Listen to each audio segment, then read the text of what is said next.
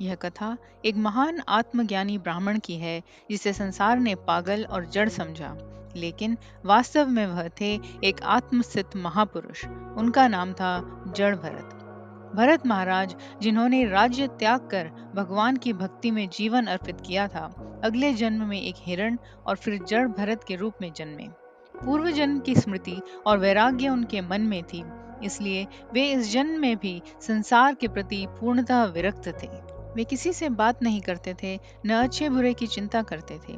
लोग उन्हें मूर्ख समझते, पर वे भीतर से भगवान में लीन रहते।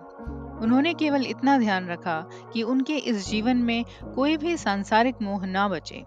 यही कारण था कि उन्होंने किसी से मेलजोल नहीं रखा और अपने शरीर को मात्र एक साधन की तरह प्रयोग किया। एक दिन की बात है, राजा राहुगण, जो सौवीर देश के राजा थे, अपनी पालकी के लिए सेवकों की खोज कर रहे थे। जब उन्हें एक पालकी ढोने वाला नहीं मिला, तो उन्होंने जड़ भरत को पकड़ लिया। जड़ भरत ने मना नहीं किया और चुपचाप पालकी उठाई।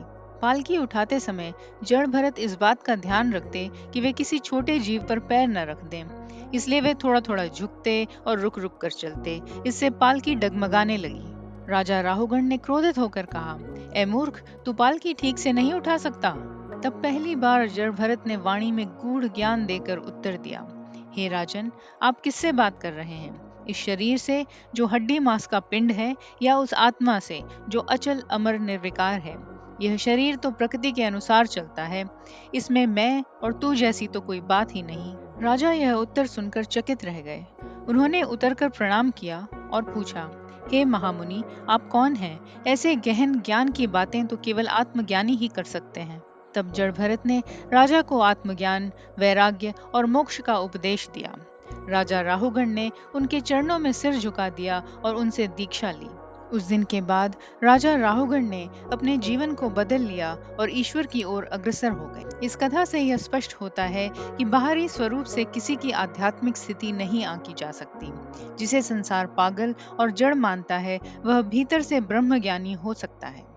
जड़ भरत ने अपने जीवन से यह सिद्ध किया कि संसार से निर्विकार होकर केवल आत्मा में स्थित होकर जीने वाला व्यक्ति ही सच्चा ज्ञानी है। ज्ञान, विनय और भक्ति, ये तीनों यदि किसी में हों, तो वह महान है, चाहे उसका बाह्य जीवन कैसा भी क्यों न लगे। आप देख रहे हैं सुनो और सुनते ही रहो। हमारा चैनल पुरातन ग्रंथों को सरल भाषा में आप तक पहुंचाने का एक प्रयास है। कृपया चैनल को सब्सक्राइब कीजिए और हमारे साथ जुड़िए। हम हिंदू धर्म ग्रंथों, साहित्य और इतिहास में से प्रेरणादायक कथाएं आपके लिए लाते रहते हैं।